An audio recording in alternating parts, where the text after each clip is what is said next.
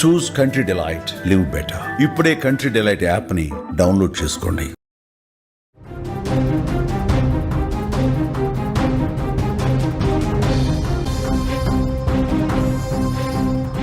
సహస్ర హత్య తర్వాత బాలుడు ధైర్యంగానే ఉన్నాడు. ఎవరికి అనుమానం రాకుండా జాగ్రత్త పడ్డాడు. ఎప్పట్లాగే స్కూల్కి వెళ్ళిపోయాడు నిందితుడు.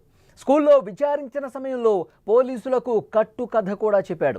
సహస్ర ఇంటి నుంచి కేకలు విన్నానంటూ పోలీసుల ముందు చెప్పాడు. తనను విచారించినట్టు ఇంట్లో వాళ్ళకి చెప్పొద్దని చెప్పాడు బాలుడు. కత్తిని కడిగి రిఫ్రిజిరేటర్ మీద పెట్టాడు.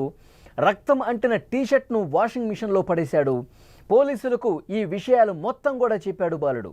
సాఫ్ట్వేర్ ఇచ్చినటువంటి క్లూతోనే బాలుడు హంతకుడని నిర్ధారించారు పోలీసులు. 2 తెలుగు రాష్ట్రాల్లో సంచలనంగా మారిన సహస్ర హత్య కేసులో నిందితుడు 10వ తరగతి పక్కింటి బాలుడుగా తెలిసి అందరూ కూడా షాక్ అయిపోయారు. 5 రోజులుగా సాగిన ఈ మిస్టరీలో బయటపడిన ఊహించినటువంటి ట్విస్ట్ ఒకటి బయటపడింది. సమాజాన్ని కళ్ళు బైర్లు కమ్మేలా చేసింది ఆ షాక్. నిందితుడు బాలుడే అయినా ఎలాంటి క్లూ లేకుండా చాలా జాగ్రత్తగా పడ్డాడు, జాగ్రత్తగా ప్లాన్ చేసుకున్నాడు. హత్య తర్వాత కూడా తెలివిగా ప్రవర్తించాడు. తనపై అనుమానం రాకుండా చూసుకున్నాడు. కానీ చివరికి సాఫ్ట్వేర్ ఇంజనీర్ ఇచ్చినటువంటి క్లూతో దర్యాప్తు చేపట్టిన పోలీసులు వాడే నిందితుడు అని తేల్చేశారు. హత్య జరిగిన తర్వాత 2 రోజులకే బాలుని పోలీసులు విచారించారు. అయితే తనపై అనుమానం రాకుండా కట్టు కథలు చెప్పాడు. ఆ సమయంలో డాడీ డాడీ అంటూ సహస్ర అరుపులు నాకు వినిపించాయి. ఆ సమయంలో ఏదో జరిగిందని చెప్పి నాకు అనిపించింది అని పోలీసులకి విషయం చెప్పాడు. ఆ కేకలు తాను విన్నాను అని కూడా చెప్పాడు. విచారిస్తున్నటువంటి పోలీసులతో మీ పని కాగానే, ఇది చాలా జాగ్రత్తగా వినాలి, మీ పని అయిపోగానే నన్ను ఇంటికి పంపించేయండి, నన్ను పిలిచి విచారించిన విషయం మా ఇంట్లో చెప్పొద్దు అంటూ పోలీసులతో అన్నాడంట. హత్య జరిగిన తర్వాత సహస్ర ఇంటికి ఎలా వచ్చాడో అదే దారిలో తాను వెళ్ళిపోయాడు. సహస్రను పొడిచిన కత్తి ఫ్రిడ్జ్ మీద కడిగేసి అదేవిధంగా ఫ్రిడ్జ్ మీద పెట్టాడు. అలాగే తను ఏదో రక్తపు మరకలు అంటుకున్నటువంటి దుస్తులు ఏవైతే ఉన్నాయో ఆ దుస్తుల్ని వాషింగ్ మిషన్లో వేశానని పోలీసులకు చెప్పాడు. బాలుడి తెలివితో కేసు ఛేదన కాస్త లేట్ అయినటువంటి పరిస్థితి, కానీ చివరికి మాత్రం దొరికిపోయాడు. ఎంత తెలివిగా ప్రవర్తించాడు చూడండి. హత్య చేసిన తర్వాత ఏ విధంగా అయితే ఆ పెంట్ హౌస్ మీదకి వచ్చాడో అదే విధంగా బయట గడిపెట్టేసి వెళ్ళిపోయాడు. ఆ వెంట తెచ్చుకున్నటువంటి కత్తిని ఎవరికీ కనపడకుండా జేబులో పెట్టుకొని లోపల పెట్టేసుకొని ఎవరికి కనిపించకుండా మళ్ళీ అదేవిధంగా గోడ దూకి తన ఇంట్లోకి వెళ్ళిపోయిన పరిస్థితుంది. ఎవరన్నా వస్తున్నారా లేదా బిల్డింగ్ మీద నుంచి దూకేటప్పుడు, ఈ బిల్డింగ్ నుంచి ఆ బిల్డింగ్ వైపు వెళ్ళేటప్పుడు మొత్తం చుట్టుపక్కలంతా చూసుకుంటున్నాడు. ఎవరన్నా చూస్తున్నారా లేదా, ఎవరికైనా కనిపిస్తున్నానా లేదా, ఎవరైనా సరే నన్ను కనిపెడతారా లేదా అని చెప్పి అక్కడే వెయిట్ చేశాడు కొద్దిసేపు. ఇక్కడ మీరు చూస్తున్నారు లెఫ్ట్ సైడు నిందితుడి ఇల్లుని మీరు చూస్తున్నారు, సహస్ర ఇల్లుని రైట్ సైడ్ మీరు చూస్తున్నారు. ఎంత పక్క పక్కకు ఉన్నాయి చూసారా? చాలా స్పష్టంగా మీరు విజువల్స్లో చూస్తూ ఉన్నారు.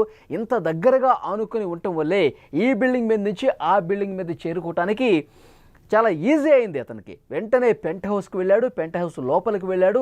చాలా దారుణంగా సహస్రను చంపేసి 80,000 రూపాయలు ఉంటే అవి కూడా తీసుకుని బయటకు వచ్చి గడిపెట్టేసి ఇటువైపు నుంచి మళ్ళీ ఈ బిల్డింగ్ నుంచి ఆ బిల్డింగ్ దూకే సమయంలో వెయిట్ చేశాడు.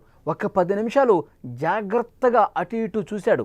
ఎవరైనా వస్తున్నారా, ఏదన్నా కదలిక కనిపిస్తే అక్కడే ఉండిపోయాడు.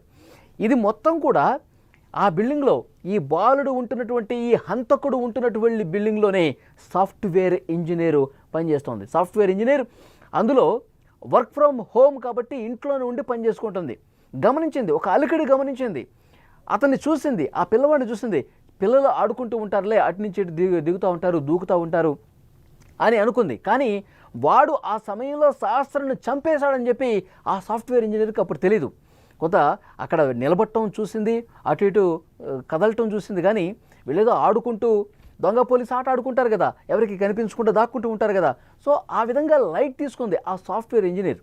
తర్వాత తెలిసింది 2-3 గంటలు పూర్తయిన తర్వాత, ఈ విషయం బయటకు వచ్చిన తర్వాత, అక్కడ సహస్ర హత్యకు గురైంది అని తెలిసిన తర్వాత అప్పుడు కూడా అనుమానించాల. ఎవరో దొంగ వచ్చాడు, దొంగతనానికి వచ్చి ఉంటాడు, ఆ సమయంలో సహస్రాన్ని చంపేసి వెళ్ళిపోయి ఉంటాడని చెప్పి అనుకుంటుంది ఆ సాఫ్ట్వేర్ ఇంజనీర్ కూడా. అప్పుడు కనిపించినటువంటి ఆ బాలుడే చంపేసి నాకు కనిపించాడు అన్నది కూడా ఆమె ఊహించాల. ఎందుకంటే చిన్నపిల్లాడు, 14 సంవత్సరాలే ఉంటాయి. అంత చిన్నపిల్లాడు ఇంత చిన్న వయసులో కత్తి తీసుకొని అంత దారుణంగా ఎలా చంపి ఉంటాడులే అని చెప్పి అప్పుడు అనిపించలా.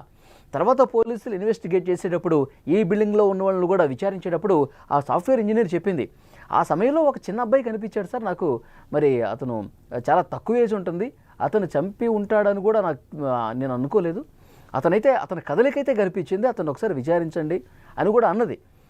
అప్పుడు పోలీసులు ఈ సహస్ర తమ్ముడు చదివే స్కూలు ఇప్పుడు ఈ చంపినోడు స్కూలు ఒకటే, ఆ స్కూల్లో విచారణకు కూడా వెళ్ళారు. అప్పటికే అతను హంతకుడు అని కూడా పోలీసులు అనుకోలే. ఆ స్కూల్కి వెళ్ళారు, స్కూల్లో ఉన్న వాళ్ళని పరిశీలించారు, విచారించారు. ఆ సమయంలో ఈ హంతకుడు ఏం చెప్పాడో తెలుసా? అవును, నేను కూడా సౌండ్స్ విన్నాను, డాడీ డాడీ అని చెప్పి పక్క బిల్డింగ్ నుంచి అరుపులు నాకు వినిపించాయి, ఆ అరుపులు వినిపించడంతో ఏదో జరుగుంటుందని చెప్పి నేను అనుకున్నాను సార్ అని చెప్పి పోలీసులు స్కూల్కి వచ్చి విచారిస్తున్నప్పుడు చెప్పాడనమాట. చెప్తే అప్పుడు కూడా పోలీసులకి అనుమానం రాలా. ఎంత యాక్టింగ్ చేశాడో చూడండి. తన మీద అనుమానం రాకుండా డాడీ డాడీ అని చెప్పి అరవటం నేను విన్నానంటే డాడీ మీద తోసేయటానికో లేకపోతే ఇంకో ఏదో అక్కడ ఘోరం జరుగుతుంది నేను విన్నాను అంటే ఇతని మీద అనుమానం రాదు కదా. ఇతను ఇంత ధైర్యంగా చెప్తున్నాడు, మళ్ళీ స్కూల్కి కూడా వస్తూ ఉన్నాడు రోజు, అనుమానించాల పోలీసులు. ఆ తర్వాత మొత్తం అక్కడ పరిస్థితిని అబ్జర్వ్ చేసి మరికొన్ని కోణాల్లో విచారించి అతని మీద నిఘా పెడితే వాస్తవాలు వెలుగులోకి వచ్చి అతని ఇంట్లో శోధిస్తే ఆ లెటర్ కనిపించింది. ఏ విధంగా దొంగతనానికి వెళ్ళాలి, తర్వాత ఏం చేయాలి, ఆ లాక్ని ఏ విధంగా కట్ చేయాలి, ఎవరైనా అడ్డొస్తే ఏం చేయాలి, అవన్నీ కూడా పాయింట్ రాసుకున్నాడు. ఎస్, దొంగ దొరికేశాడు, హంతకుడు దొరికేశాడని చెప్పి పోలీసులు భావించారు. మొత్తం వెతికితే ఆ కత్తి, వాడిన కత్తి ఎక్కడ పెట్టావంటే ఫ్రిడ్జ్ మీదే పెట్టానని చెప్పాడు. ఆ కత్తిని స్వాధీనం చేసుకున్నారు. ఆ తర్వాత ఏ డ్రెస్లో అప్పుడు ఆ రోజు ఉన్నాడో ఆ డ్రెస్ని ఏం చేసావని అడిగారు. ఆ డ్రెస్ని వాషింగ్ మిషన్లో పడేశానని చెప్పారు. ఆ దుస్తులను కూడా పోలీసులు స్వాధీనం చేసుకున్నారు. మొత్తం ఈ విధంగా జరిగింది. ఇంకా నువ్వు ఏం చేస్తావు రెగ్యులర్గా, అసలు నువ్వు ఈ విధంగా చేయడానికి రీజన్ ఏంటి, నువ్వు సినిమాలు ఏం చూస్తావు అంటే మొత్తం ఒప్పుకున్నాడు. ఓటీటీల్లో నేను చూస్తాను, క్రైమ్ స్టోరీలు చూస్తాను, యూట్యూబ్లో చాలా క్రైమ్స్ చూశాను, దొంగతనం ఏ విధంగా చేయాలో కూడా కొన్ని వీడియోలు నేను చూశాను, ఇవన్నీ కూడా పోలీసుల విచారణలో ఒప్పుకున్నాడు. ఎంత దారుణం చూడండి. 14 సంవత్సరాల వయసుకే 10వ తరగతి చదువుతున్నటువంటి ఒక బాలుడు అంత చిన్న వయసులో ఒక పాపని అంత దారుణంగా పొడిచి చంపాలన్న ఆలోచన రావటం, ఒక సైకో మైండ్ సెట్తో బిహేవ్ చేయటం, ఒక క్రిమినల్ మైండ్తో అతను ఉండటం అనేది ఇది విన్న వాళ్ళందరూ కూడా షాక్ అయిపోతున్నారు. ఆ బాలుడిని, వాడు అసలు బాలుడు కాదు, వాడింత క్రూయల్గా బిహేవ్ చేశాడు, వాడిని మాకు అప్పగించండి, వాడిని నడ్డి రోడ్డు మీద మేము చంపేస్తాం, లేదంటే మీరన్నా ఉరి తీయండి అంటూ అక్కడ స్థానికులు మాట్లాడుతున్నారు. నిజంగా 5 రోజుల పాటు పోలీసులు కూడా సరిగ్గా నిద్రపోయి ఉండరు. అసలు అంత తెలివిగా ఏ విధంగా తప్పించుకున్నాడు. బయట గేట్ లోపలికి వెళ్ళటం, బయటికి రావటం ఇది ఉంటే మాత్రం సీసీ ఫుటేజ్లో రికార్డ్ అయ్యేది, ఆన్ ది స్పాట్ ఆ రోజు సాయంత్రానికే కనుక్కునేవాళ్ళు. కానీ వీడు టెర్రస్ మీద పెంట్ హౌస్లోకి ఈ ఇంటి నుంచి ఆ ఇంట్లోకి రావటం, ఈ విధంగా చేయటం వల్ల పైన ఎలాంటి సీసీ కెమెరాస్ లేవు కాబట్టి వాడు ఎలా వచ్చాడో ఎలా దూకాడో కూడా కనిపెట్టలేకపోయారు. పోలీసులకి ఒక సవాలుగా మారింది.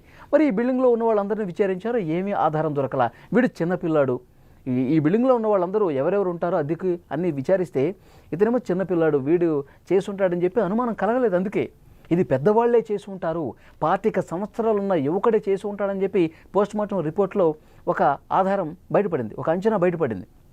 కాబట్టి ముందుగా అతని మీద అనుమానం రాకపోవటానికి, ఎలాంటి ఆధారం దొరక్కపోవటానికి రీజన్ ఇది. ఆ తర్వాత రోజు స్కూల్కి వెళ్ళేవాడు. సోమవారం జరిగితే మంగళవారం, బుధవారం, గురువారం అంతా స్కూల్కి వెళ్ళేవారు. ఘటన జరిగిన రోజు ఇతను స్కూల్కి రాలేదు, ఇది కూడా గుర్తించారు పోలీసులు. అనుమానం బలపడటానికి ఇది కూడా ఒక రీజన్. సో డెఫినెట్గా అతను స్కూల్కి వెళ్ళటం రావటం యథావిధిగా అదే గల్లీలో మంగళవారం సాయంత్రం, బుధవారం సాయంత్రం అతను క్రికెట్ ఆడుకుంటూ అందరి పిల్లలతో మామూలుగానే రెగ్యులర్గా ఎట్లా కనిపిస్తాడో అట్లాగే కనిపించాడు. అక్కడ ఉన్న స్థానికులకు కూడా, అక్కడ ఉన్న కుటుంబాలకు కూడా ఏమాత్రం అనుమానం రాకుండా అంత బాగా యాక్ట్ చేశాడు. ఒక పాపని చంపేసి, పొడిచి చంపేసి, మళ్ళీ ఏమీ ఎరగనట్టు, ఏమీ తెలియనట్టు పోలీసులు అంతకుముందు విచారించినప్పుడు కూడా వాళ్ళు డాడీ డాడీ అని చెప్పి అరుపులు వినిపించాయని చెప్పి పోలీసులతోనే మళ్ళీ మాట్లాడటం, ఇదంతా దాచేసి వాడు ఇంత చేస్తే వాళ్ళ పేరెంట్స్కి తెలుసా ఈ విషయం? ప్రస్తుతం వాళ్ళ పేరెంట్స్ను కూడా పిలిచి విచారిస్తూ ఉన్నారు.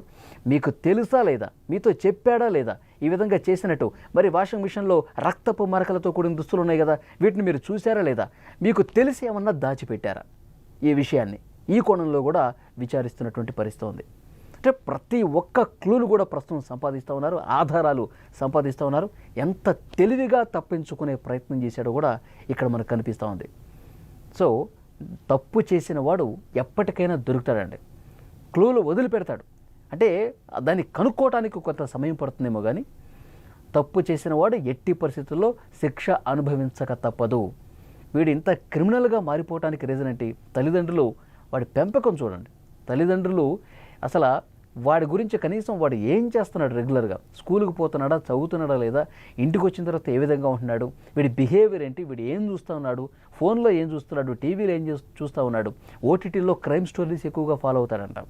పిల్లలు ఏం చేస్తున్నారో కూడా కనిపెట్టలేకపోవడం కూడా తల్లిదండ్రుల తప్పుగా చెప్తా ఉన్నారు. చాలా దారుణమైనటువంటి విషయం. మొత్తానికి నిజం బయటకు వచ్చింది. ఆ తల్లిదండ్రులు, సహస్ర తల్లిదండ్రులు కన్నీళ్లు పెట్టుకుని నడుస్తున్నారు. మమ్మల్నే అనుమానించారు చాలామంది, మమ్మల్ని అనుమానించి తండ్రినే చంపేశాడు, తల్లిదండ్రులే చంపేశారని చెప్పి రాస్తూ ఉన్నారు, వీడియోలు చేస్తూ ఉన్నారు అని వాళ్ళు కన్నీళ్లు పెట్టుకుంటున్నారు. పోలీసులు ఎందుకు కనిపెట్టలేకపోతున్నారంటూ గుండెలు బాదుకుంటూ రోధించారు. మా ఇంట్లో డబ్బులు పోయిందా, ఇంకేమైనా వస్తువులు పోయినాయా, మేము అసలు చూడలేదు, పాపే పోయింది కదా అని చెప్పి మేము ఏడుస్తూ ఉన్నాం. పాపను అంత దారుణంగా చంపేశాడు, వాడికి అసలు ఏం చేశాం మేము, ఏం పాపం చేశామని చెప్పి, ఏం నేరం చేశామని చెప్పి వాడు ఈ విధంగా ప్రవర్తించాడంటూ తల్లిదండ్రులు కూడా కన్నీళ్లు పెట్టుకుంటా రోధిస్తూ ఉన్నారు. వాడిని కూడా ఏదో ఒకటి చేసేయండి, మళ్ళీ ఎవరైనా సరే ఈ విధంగా ఇంత దారుణంగా ప్రవర్తించాలంటే భయపడే విధంగా ఏదన్నా వాడిని చేసేయాలి ఇమీడియట్గా అంటూ అక్కడ కుటుంబ సభ్యులే కాదు, ఆ అపార్ట్మెంట్లో ఉండేవాళ్లే కాదు, అక్కడ స్థానికులందరూ కూడా గుమిగూడి వాడికి వ్యతిరేకంగా, ఆ ఫ్యామిలీకి వ్యతిరేకంగా ప్రస్తుతం మాట్లాడుతున్నారంటే పరిస్థితి ఏ విధంగా ఉందో అర్థం చేసుకోవచ్చు. వాడు అంత నీట్గా ఏమీ తెలియదు అన్నట్టుగా 4 రోజుల పాటు కామ్గా వాడి పని వాడు చేసుకుంటూ ఇంత దారుణం చేసి నటించేశాడు. ఈ మధ్యకాలంలో మనం చాలా ఇన్సిడెంట్లో కూడా చూస్తూ ఉన్నాం. దారుణాలు చేయటం, మళ్ళీ ఏమీ ఎరగనట్టు మహానటులాగా బిహేవ్ చేస్తూ ఉన్నారు. ఇప్పుడు ఆ సాఫ్ట్వేర్ ఇంజనీర్ ఆ బాలుని మీద అనుమానం వ్యక్తం చేయకపోతే, ఆ కోణంలో పోలీసులు విచారించకపోతే ఈరోజు కూడా బయటకు వచ్చేది కాదు. అంత బాగా యాక్ట్ చేశాడు. రెగ్యులర్గా స్కూల్కి పోతున్నాడు, వస్తున్నాడు, సాయంత్రం ఆడుకుంటున్నాడు, మళ్ళీ స్కూల్కి పోతానే ఉన్నాడు. ఒకళ్ళని చంపేసి ఇంత ప్రశాంతంగా ఎలా నటించగలిగాడు? అంటే సినిమాల ప్రభావం, ఓటీటీల ప్రభావం, దారుణమైన నేరాలు చేసి చంపేసి ఈ విధంగా ప్రశాంతంగా ఉండటం అనేది వాటి ప్రభావమే అని చెప్తున్నారు. ఈ బాలుడిని ఏం చేయాలి? ఈ వీడియో చూస్తున్న ప్రతి ఒక్కరూ స్పందించండి. 5 రోజుల పాటు ముప్పు తిప్పులు పెట్టాడు పోలీసులను కూడా. కొన్ని వందల సీసీ ఫుటేజీలు పరిశీలించారు, కొన్ని వందల మందిని వాళ్ళు అనుమానం వ్యక్తం చేశారు, కొంతమందిని పిలిచారు, విచారించారు. సరిగ్గా పోలీసులు టైంకి భోజనం కూడా చేసి ఉంటారు. ఒక చిన్న పాపని చంపేస్తే బాధ ఉంటుందిగా. మరి అలాంటి హంతకుడు ఈ 14 ఏళ్ల బాలుడిని ఏం చేయాలి? మళ్ళీ ఈ విధంగా ఎవడు దారుణాలు చేయకుండా ఉండాలంటే వీడికి ఎలాంటి శిక్ష వేయాలి? తప్పకుండా మీరు స్పందించండి, కామెంట్ రూపంలో తెలియచేయండి.